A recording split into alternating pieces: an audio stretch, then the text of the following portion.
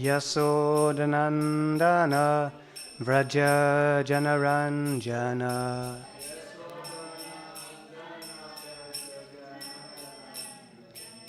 Yamunatira Vanachari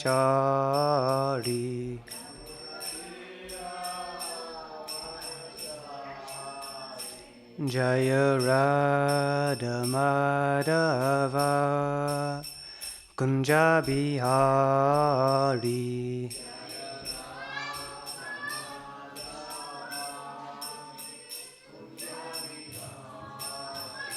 Jaya Gopi Jana Vallabha Girivaradari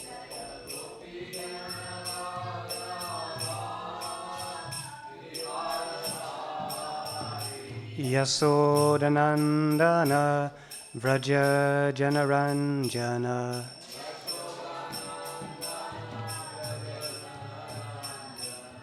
Yamunatira Vanachari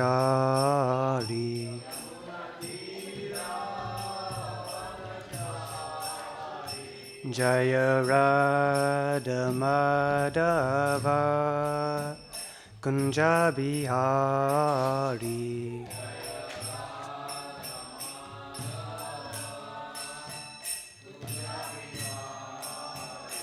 Hare Krishna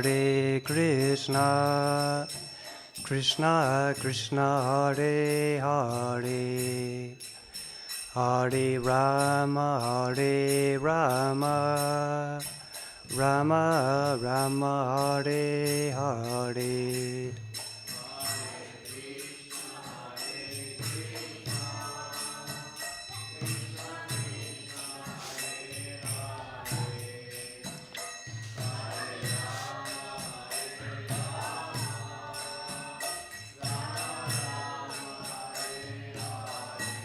Hare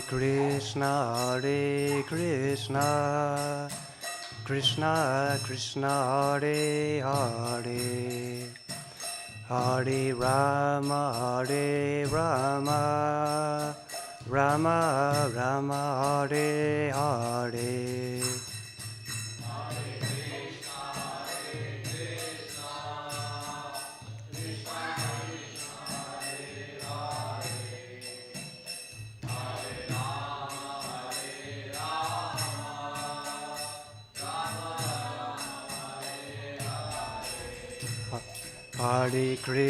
Hare Krishna Krishna Krishna Hare Hare Hare Rama Rama Rama Hare Hare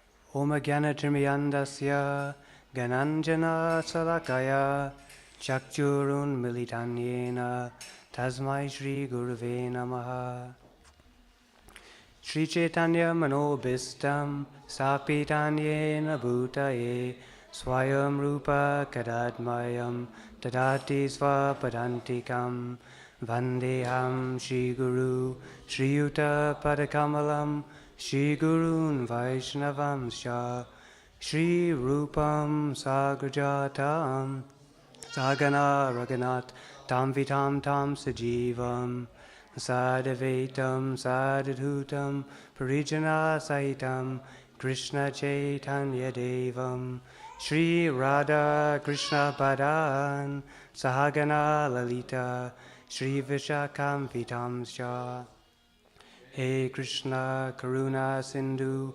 Dinabandhu Jagatpate Gopesha Gopika Kanta Radha Kanta Namostute Tapta Kanchana Gaurangi Radhe Vrindavaneshwari Vrishabhanu Sutadevi Pranamami Hari Pre Vancha kalpa tarubhescha kripa sindhubheva cha patitanam pavanebhyo vaishnavebhyo namo namah.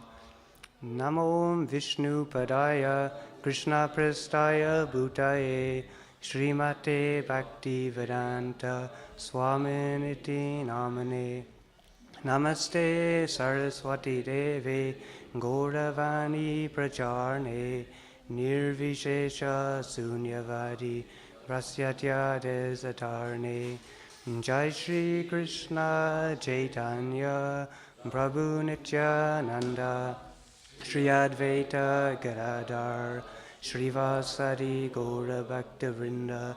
Hare Krishna Krishna Krishna Hare Hare, Hare Rama Rama Rama Hare Hare.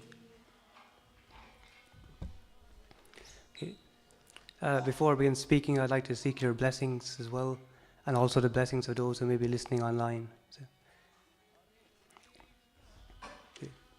Om Namo Bhagavate Vasudevaya. Om Namo Bhagavate Vasudevaya. Om Namo Bhagavate Vasudevaya. Om Namo Bhagavate Vasudevaya.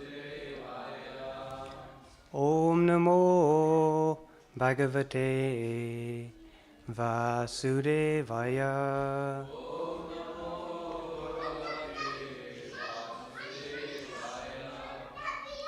Okay, so we're reading from today chapter 6, text number 39.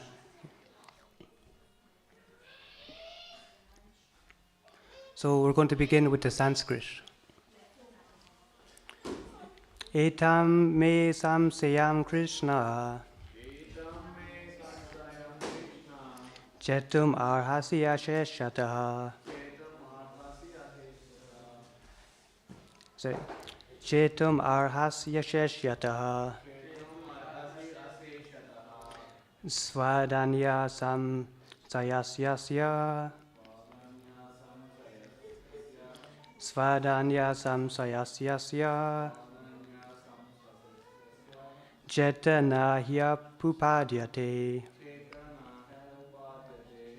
Eta me samsayam Krishna Chetum arhasya sheshyataha. Svadanya samsayasyasya. Chetana upadyate. Eta me samsayam Krishna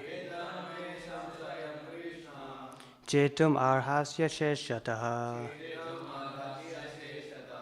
Svadanya samsayasya. Chetana hi upapadyate. Okay, so if you like to, you can also try recite. Itame samsayam Krishna Chetam arhasya sheshataha. Svadanya samsayam sasya. Chetana hi upadyate. Etame samsayam Krishna Chetum arhasya sheshataha. Taranya samsayasya. Chetana hi upadyate. Okay. So the translation and purport by His Divine Grace, A.C. Bhaktivedanta Swami, Srila Prabhupada Ki. This is my doubt, O Krishna, and I ask you to dispel it completely. But for you, no one is to be found who can destroy this doubt. So this is my doubt, O Krishna. So you can repeat after me if you like. So This is my doubt, O Krishna, and I ask you to dispel it completely. But for you, no one is to be found who can destroy this doubt and purport. Krishna is the perfect knower of past, present, and future. In the beginning of the Bhagavad Gita, the Lord said that all living entities existed individually in the past, they exist now in the present, and they continue to retain individual identity in the future. Even after liberation from material entanglement, so he has already cleared up the question of the future of the individual living entity. Now, Arjuna wants to know of the future of the unsuccessful transcendentalist. No one is equal to or above Krishna, and certainly the so-called great sages and philosophers who are at the mercy of material nature cannot equal him. Therefore, the verdict of Krishna is the final and complete answer to all doubts. Because he knows past, present, and future perfectly, but no one knows him. Krishna and Krishna-conscious devotees alone can know what to do. Can know what is what. Okay.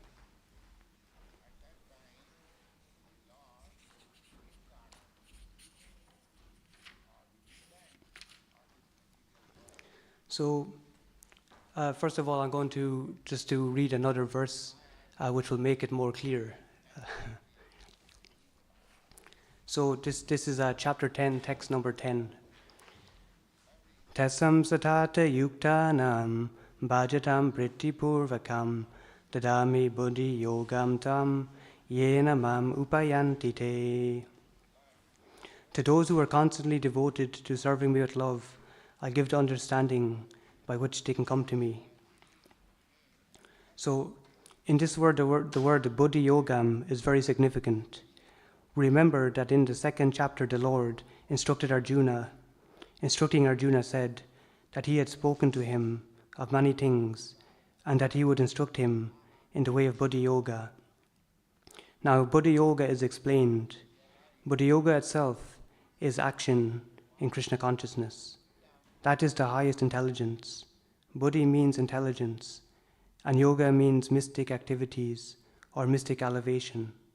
When one tries to go back home, back to Godhead, and takes fully to Krishna consciousness in devotional service, his action is called buddhi yoga.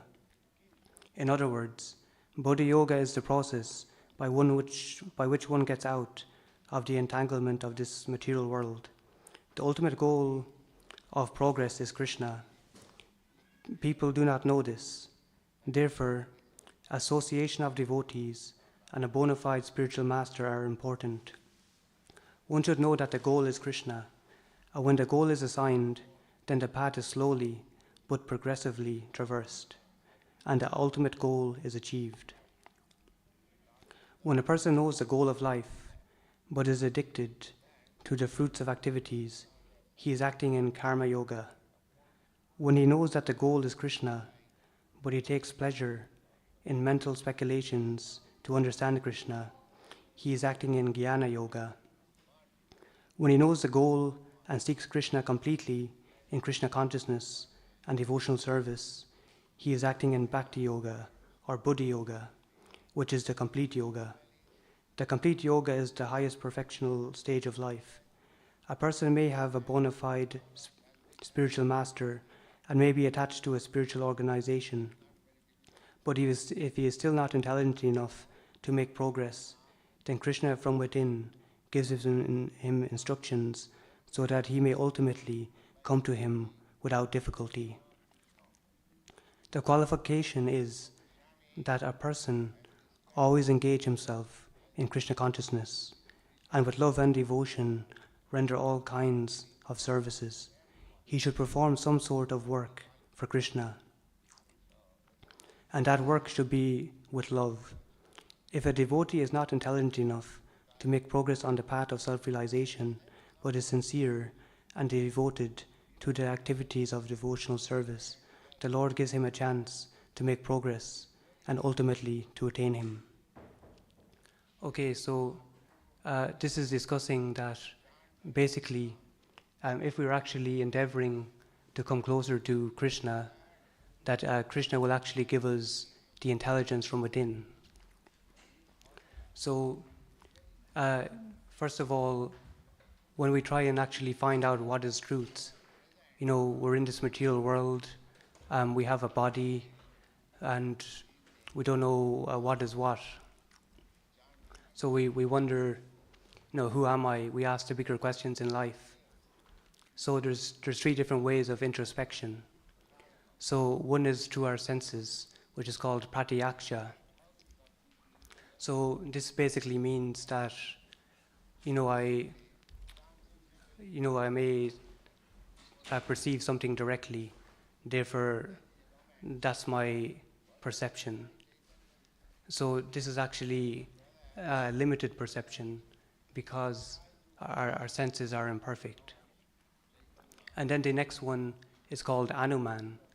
So this is actually secondary to pratyaksha in terms of that, for example, we may hear like a vase drop on the ground and break in the next room. So this is a sense of hearing, but we can, through our inference, we believe that that's what happened. So this is the example of anuman. And then it's called sabda. So sabda is the process of hearing from authority. So this is the example that, we go to school, higher level education, and we have a teacher. So we have someone who has actually learned in the knowledge and who can instruct us. So this is actually in terms of transcendental knowledge. So transcendental, first of all, means that which is actually beyond matter. So it's transcendental to matter. So matter is that which actually consists of the 5 elements. So can you tell me of these elements, if you know what they are? Yeah. Yeah. An ether. Yeah. Yeah. Yeah. That's perfect. Yeah. Yeah. Water, fire, earth, air, and ether. So our material body consists of these 5 elements, and then beyond that, there's the subtle elements. So in this material body also, we have our emotions and so on. So we have what's described as our mind, intelligence, and false ego. So ego means our understanding of ourself. So our false ego means that we have a bodily conception of life. So we believe that we're this body or this subtle body. And just to actually understand what is the subtle body.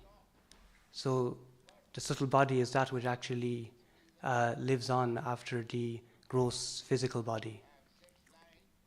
So an example of a subtle body is what we might call a ghost, for example.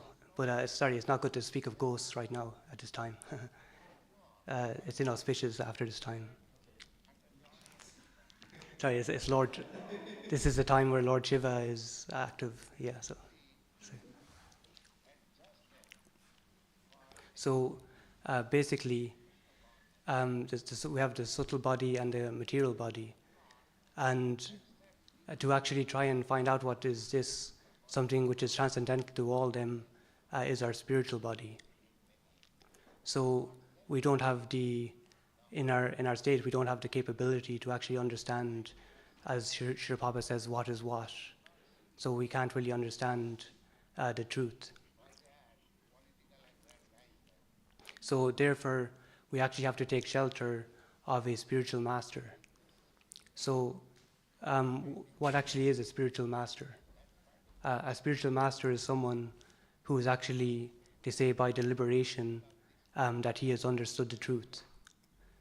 So there's a verse in the Bhagavad Gita which says, Tad vidi pranipatena pariprashnena sevaya upadekshyanti te jnanam jnaninas tattvadarshanaha. So it says, if you want to know the truth, just approach a spiritual master and render service unto him. Inquire from him submissively, and that he can impart knowledge unto us, for he has seen the truth. So a spiritual master is someone who has actually realized the truth. And see, that's the thing, that in this material world, we're bound by the ropes of illusion, which are known as the modes of material nature. So these have us bound. So these are, we don't actually see these, but they're subtle. And these are known as goodness, passion, and ignorance. And we're all actually under the influence of these. So it's said in the Bhagavad Gita, Prakrite kriyamanani guni karmani sarvasaha ahankara vimud atma kartaham iti manyate. So it says that the spirit soul, bewildered by the influence of the false ego, their conception of the bodily sense of life, they think themselves to be the doer of activities, which in actuality are carried out by these three modes. So we actually, we think that it's us who are the actors, but in fact we're actually like puppets on a string. And due to the spell of these modes of nature, we actually think that, that it's us, but this is completely an illusion. And this is the four defects that we have in the bodily conception of life. First of all, we have imperfect senses, we're prone to illusion, we have the propensity to cheat, and we make mistakes. So one who is actually transcendently situated, which would be the spiritual master, he is free from these propensities. Generally, yes. And of course ultimately like Srila Prabhupada, and also there are spiritual masters that are qualified spiritual masters, and they follow in the path, but they may not be perfected just yet.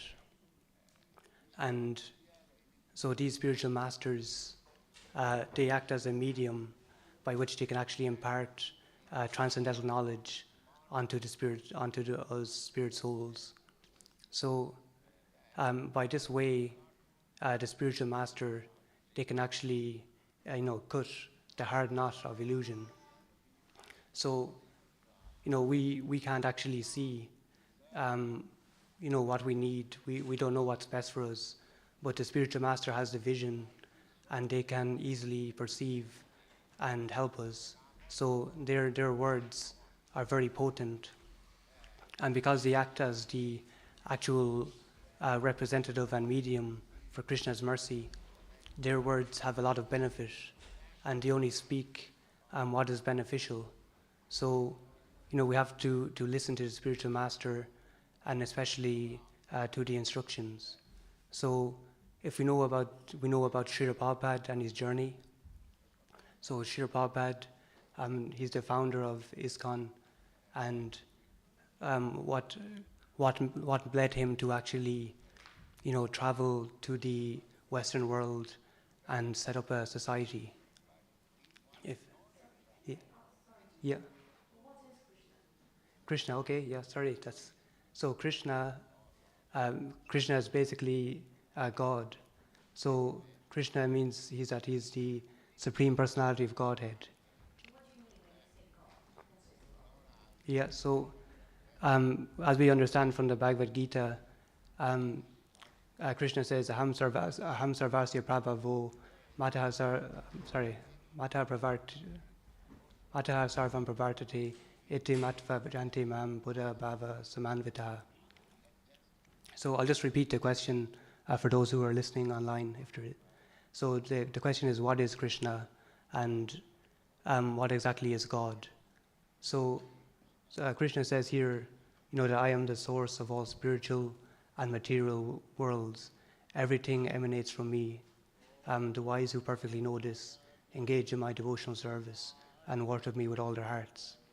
So does that mean, if you look at it simply, does that mean that it's the source of all creation? Yeah, of everything. But there's many different verses, such as, for example, in the Brahma Samhita. So in the Brahma Samhita, it is said, these are prayers spoken by Lord Brahma to Krishna himself. And he says, Ishvara Parama Krishna Sachitananda Vigraha. So Shri Shri Radhakakulananda ki, Shri Shri Sitaram Laxman Hanuman ki, Shri Shri Gauranitai ki.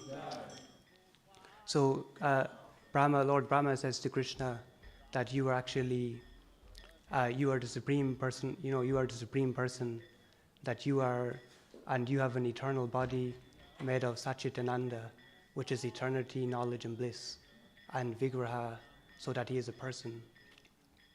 So this is our understanding of God, that God is a person, the supreme person. Not a supreme consciousness or supreme No embodiment? Which one is that? embodiment. So from the Srimad Bhagavatam, which is a Vedic scripture, we understand that the absolute truth is realized in three phases. So one of these is what's called the impersonal Brahman. So many different people, they realize this as the supreme. So that's why we probably hear of this so much, that their conception of the supreme is that the Lord is all consciousness. And for example, the light, just the light of God and so on.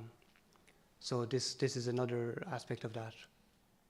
So we learn from the Brahma Samhita that Krishna says that this impersonal Brahman is actually his effulgence. So, for example, the Supreme Lord is realized in three different aspects. So this sunlight is like, if we think of the sun and the sunlight, so the sunlight is still non-different in the sun. So in that instance. So it's the source of all creation? Yes.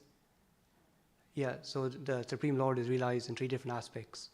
One is the impersonal Brahman, and then many of these different yogis, they believe this is the Supreme, but they become mistaken because they think that actually they generally have a conception that they'll become completely one with that consciousness, and then they'll become God. So that's their conception. But we learned that it's not actually possible because, for example, they say like, make me a drop of the ocean. So like, I'm just like a drop and I'll become one with the ocean, therefore become the ocean. But from the Vedic perception and the acharyas, they say within the ocean there's variegatedness, such as aquatics and so on. So it's a mistake. And actually, for example, it says in the Bible also, that man is made in the image of God. So this is, another statement from the Bible also. And, basically to understand is that God is a person. And it's mentioned in the Bhagavad Gita that this material world is actually like a reflection of the original spiritual world, but it's an imperfect reflection. So it's like a tree on the water. It's not the actual tree, original tree. So therefore, we can understand that the way this material world is, there's variegatedness and, relationships and, everything that is here exists in perfection in the spiritual world. So therefore, God is a person. He says he's Lord Shri Krishna. So Krishna means actually the all attractive. So it's just, it's what, God is called because that's what God is. And for example, Allah is another name for God, which means the all powerful, or I believe so, and so on like that. So these are different names for God, but we can actually understand that these names are actually to signify different aspects of God. So we say that from the scriptures we understand that God has actual, he's full in 6 opulences. So these 6 different opulences are that he's fully beautiful, fully renounced, he's the strongest, he's the wealthiest, he's full in knowledge, and famous. Yeah. So that's that's God, that he has all these different opulences. So, in a word, then, God is both duality and non-duality. Yeah. It can be both materialistic and non-materialistic, as in a materialistic manifestation and a non-materialistic.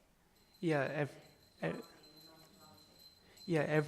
Everything is the energy of God. This material world is the energy of God, but it's still not God. Krishna says in the Bhagavad Gita, everything hangs on me as pearls are strung on a thread. So this material creation rests in Krishna.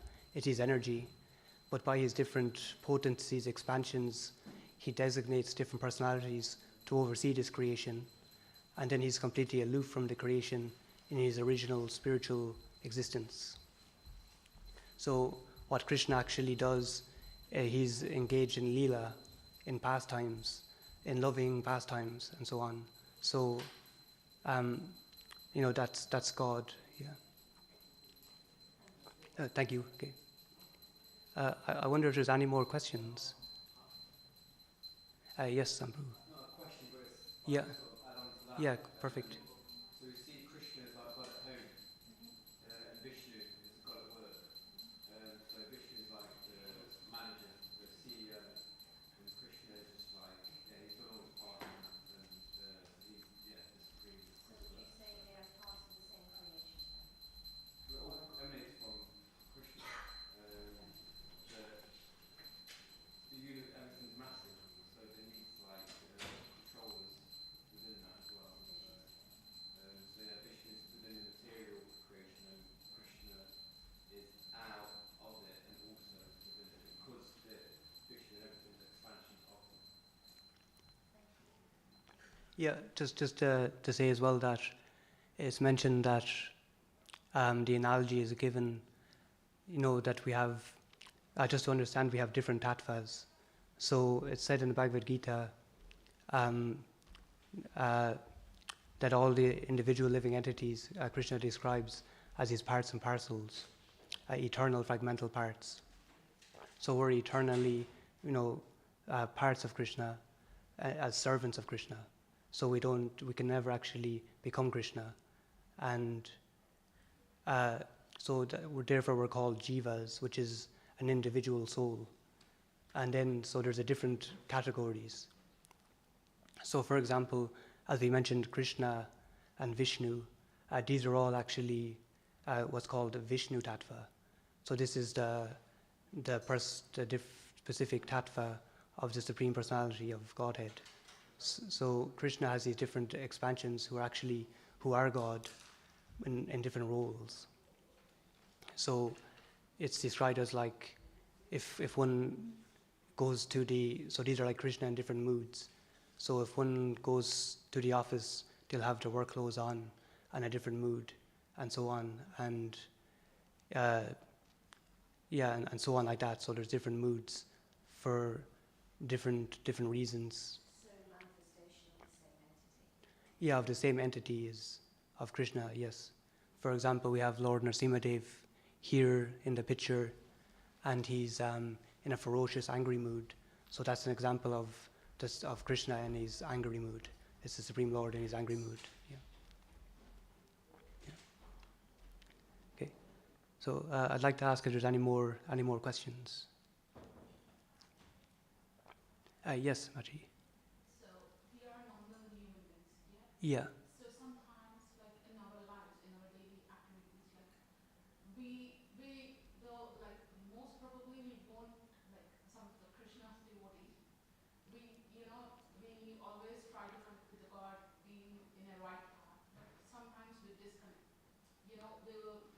to these material things, how to come in a subtle way, like how to control our souls or thoughts, Yeah, so do that's that in a simple way, like how to. yeah, that's what the path is all about. Krishna consciousness. It's the most simple path actually, because what we do is, Krishna says in the Bhagavad Gita, whatever you do. I'm just going to repeat the question actually. So it is in our day-to-day lives, how do we actually, in a simple way, come closer to Krishna? So Krishna says in the Bhagavad Gita, Yad karoti yad nasi. So basically, he says whatever you do, whatever you eat, whatever you offer, whatever you give away, whatever austerities you perform, do that, O son of Kunti, as an offering unto me. So Krishna says, whatever we do it for him. So it's basically that simple. If we want to serve Krishna, we have to actually think about Krishna as the supreme person, our eternal relationship. So then we actually have to ask, my dear Lord, what is it actually? How can I actually serve you? And from these questions, we'll naturally what we call dovetail. So to dovetail everything for Krishna's service means in our day-to-day lives, everything is actually centered in Krishna. So Krishna is at the center of all activities, whether we're in the workplace, with our family and everything. Everything is actually for Krishna. And how this works is that basically the goal of life is that if we have family, we try to have a Krishna conscious family. So basically we try and actually to help them on their journey to become also aware of their relationship with Krishna. And for example, if we're in the workplace, we know that and if we're eating and stuff, all of it is for actually the maintenance of our body and our family and to help us progress. Yeah. So just to also mention that in the process of Krishna consciousness, so there's different processes for different ages, and in this age it's called Kali Yuga. So Kali Yuga is basically it's the darkest of all ages, and it's the age of quarrel and hypocrisy. So in this age, people, it's described in the scriptures that they actually live to like 100 years of age. Sorry, my throat is a bit stuck today, but to 100 years of age max. And no, it's okay. Yeah. And basically, they live a short life, which is more in turmoil and stuff. So basically, and also in this age, it's overburdened by the influence of Kali. So Kali is sin personified, and for this reason, people are very much entangled and engrossed in what's considered sinful activity or materialistic activity. So the whole world is actually primarily engrossed in what we call the modes of passion and ignorance. So there's no actual advancement spiritually. People mistakenly think that they'll find the answers to life in material solutions, but actually they don't solve the problem, and they may seem to give some temporary benefit, but in the long run things will get much more worse and complicated, as we can see, like the climate and so on. So therefore in this age, this is the in this Kali Yuga, which is actually the Sankirtan movement. So 500 years ago, Lord Sri Chaitanya Mahaprabhu came. So he is basically Krishna himself, in the mood of his foremost consort and devotee, Srimati Radharani. So he comes here in the mood of a devotee. And that's Lord Chaitanya here with his 5 associates. So basically he's the Yuga avatar, and he gives the Yuga Dharma, which means the process for this age, how we can very easily become free from the influence of Kali Yuga and so on.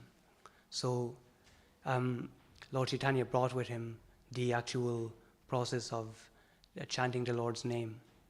So it's mentioned in the Srimad Bhagavatam, which is another Vedic scripture, that in this age the process is Hari Sankirtan. So basically, Lord Chaitanya brought that process of chanting. So if you want, we can all, if you know the Hare Krishna Maha Mantra, we can repeat it, say it together, and we'll say it together, all together, if you're ready. Okay, so Hare Krishna, Krishna Krishna, Hare Hare, Hare Rama, Rama Rama, Hare Hare. So basically, when we chant the Hare Krishna Maha Mantra, what does that actually mean? So when we chant Hare Krishna, it means, my dear Lord, please engage me in your devotional service. So it's very simple, but to constantly chant the Lord's name means that we're actually, engaging in the Lord's service and asking the Lord's help to give His mercy in our life. And also, which is very important, part of the process as well, is actual food stuff as well. So basically, they say you are what you eat, but this is actually true for consciousness. So basically, the way consciousness is prepared, our food is prepared, the consciousness behind that will actually influence our own consciousness. They say that nothing compares to mother's cooking and so on, but because the mother actually puts so much love into that cooking and stuff. So basically, Krishna says in the Bhagavad Gita, one may offer to me with love and devotion a fruit, a flower, a leaf, or water, and I will accept it. So Krishna says that basically, if we offer something to Him in love and devotion, He will accept it. So what does it mean if Krishna accepts it? So basically, it means that He, by accepting it and Krishna honoring foodstuff, it then becomes sanctified, and when we honor that ourselves, it purifies our consciousness. So this is a big part actually of the spiritual path, because we all have to survive, and we eat every day, but we don't really think so much about how these things actually will affect our consciousness.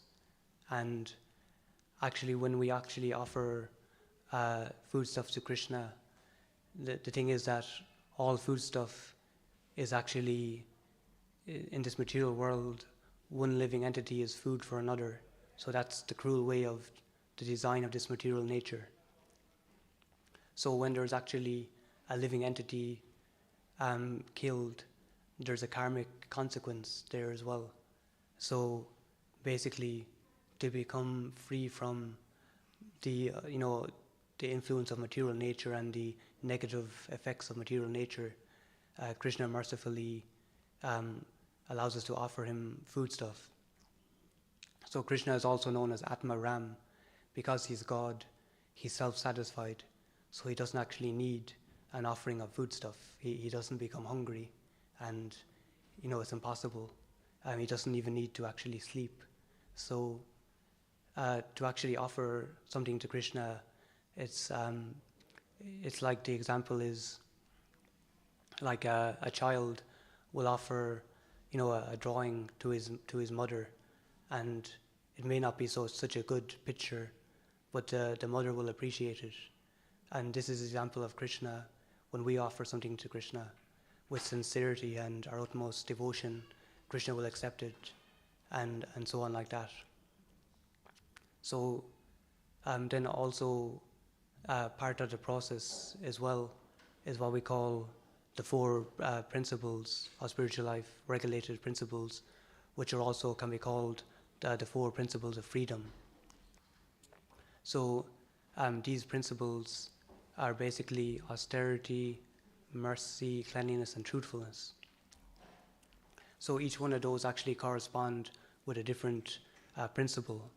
So therefore, in ISKCON and Krishna consciousness, we have what are called the four regulative principles.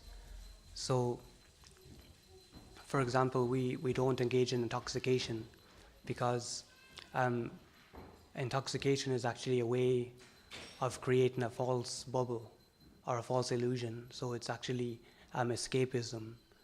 People are looking for a way to escape, the actual reality of life, and so it's a wrong way to actually escape.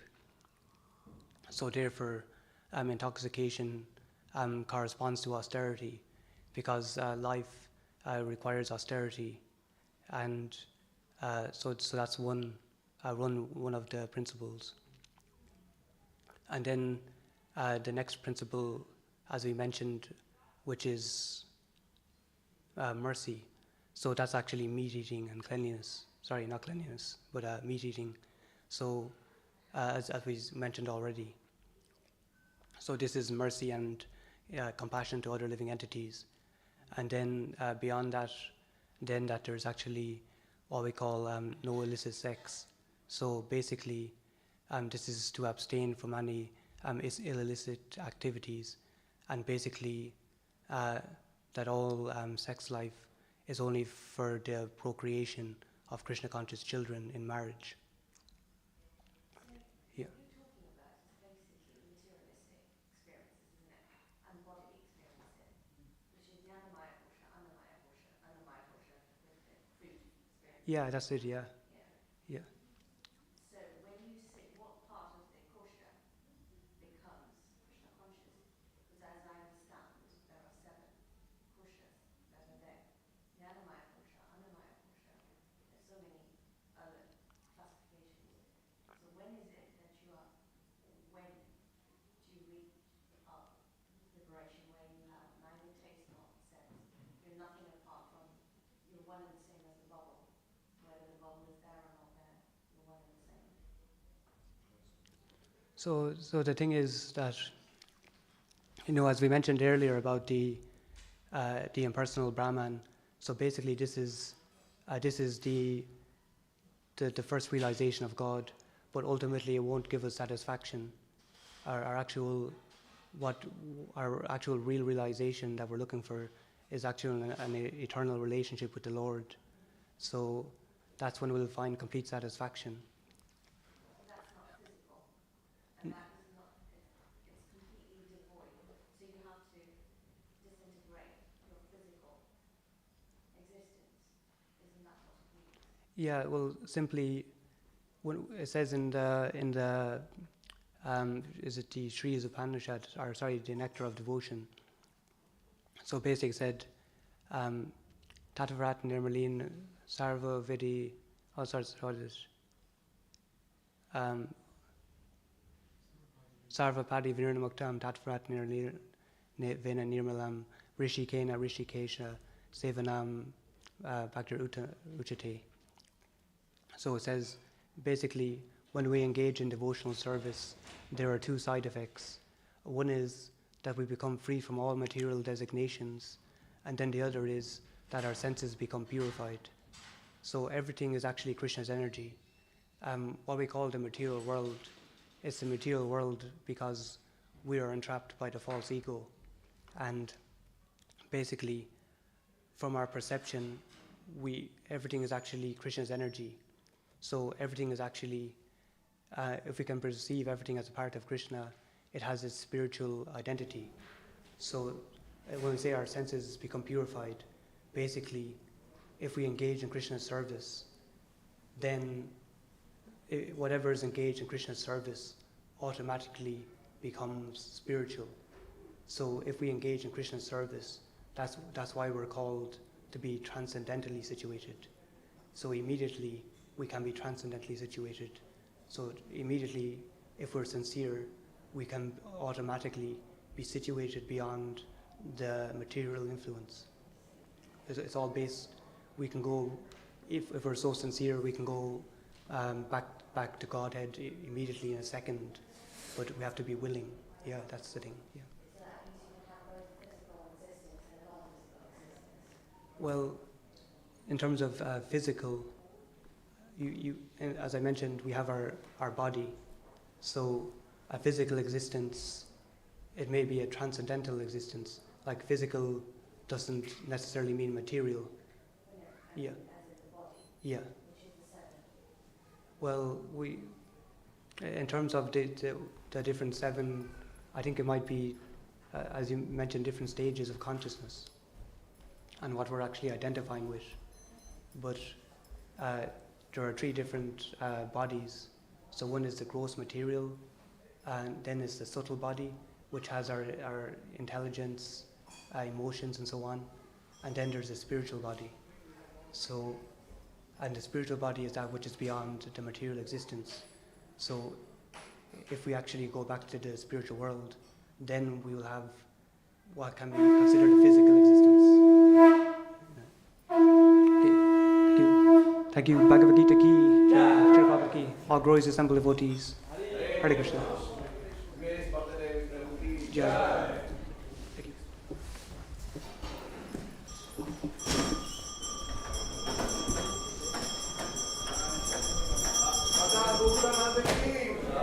Sitaram Lakshman Hanuman की, गौर निताय की, श्रीला प्रभुपाद की।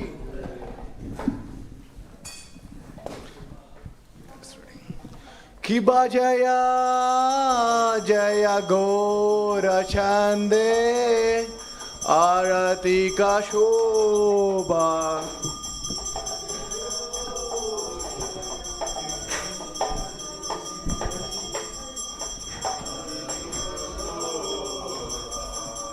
जानावी तातावाने जग मनलोबा।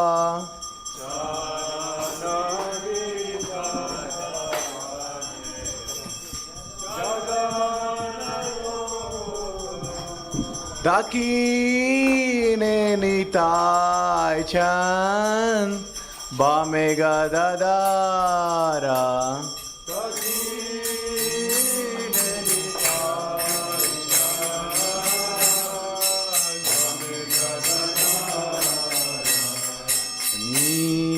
खाते अद्वैता श्रीनि वासा छत्रधारा।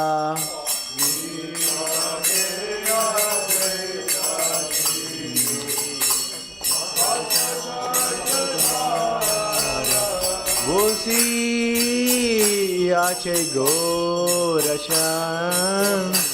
रत्न सिंहासने।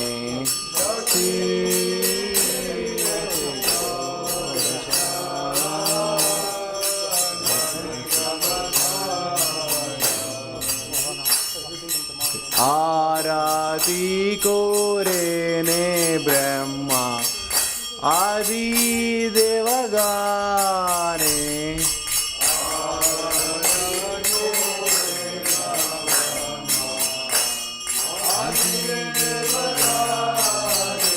नर हरि आदि कोरी श्यामर दुलाया।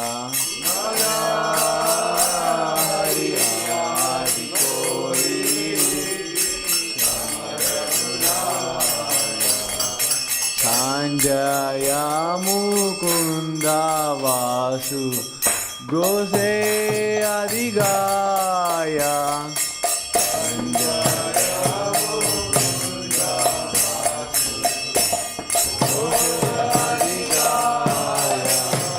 शंका बाजे घंटा बाजे बाजे करटाला।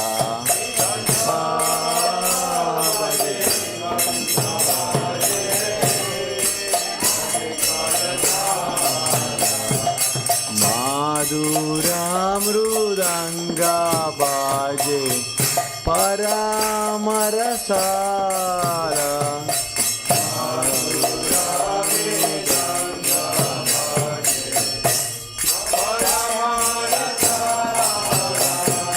शंख बाजे घंटा बाजे बाजे बाजे माधुर बाजे।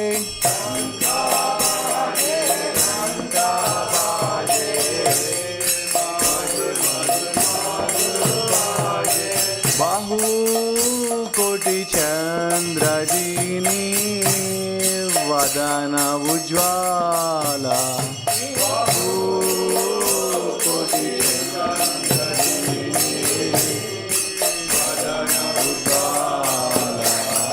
गाला देशे बाणमाला खोरे जलमाला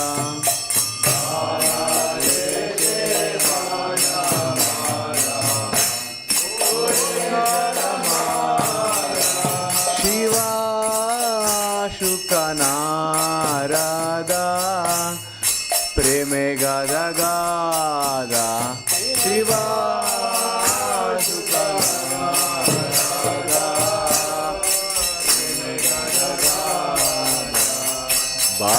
बाखाती विनोदा देखे गुरो रसंपादा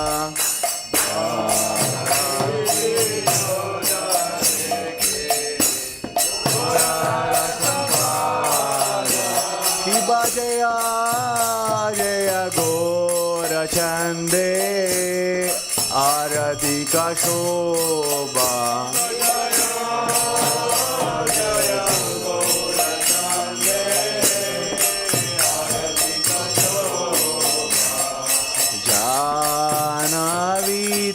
तातावाने जगमनलोभा जानवी तातावाने जगमनलोभा गौरंगेरारुतिका शोभा जग जनमानलोभा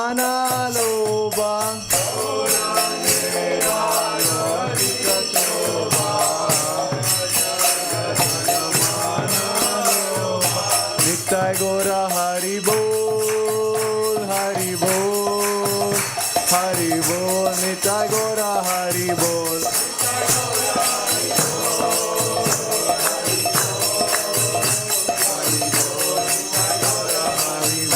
जय जय प्रभुपाद प्रभुपाद प्रभुपाद जय शीला प्रभुपाद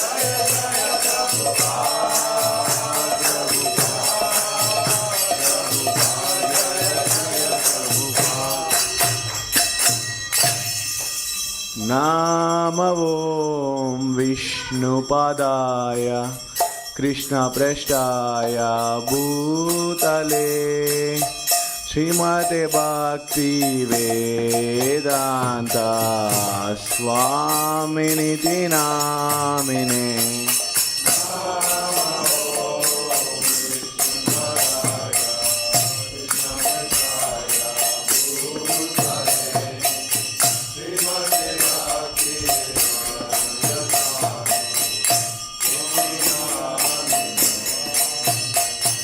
नमस्ते सरस्वती देवे गौरवाणी प्रचारिणे निर्विशेष शून्यवादी पाश्चात्यादेशतारिणे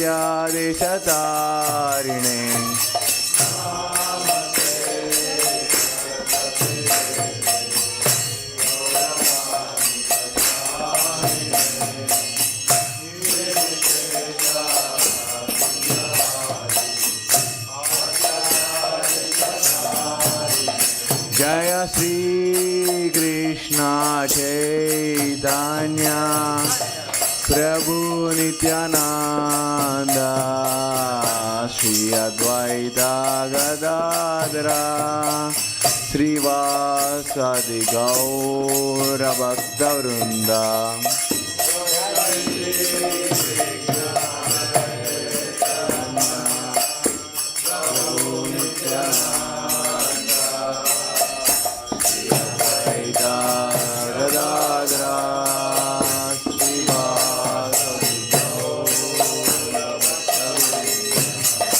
जय श्री कृष्ण चैतन्य प्रभु Nityanand Shri Advaita Gadadhar Srivasadi Gaura Bhakta Vrinda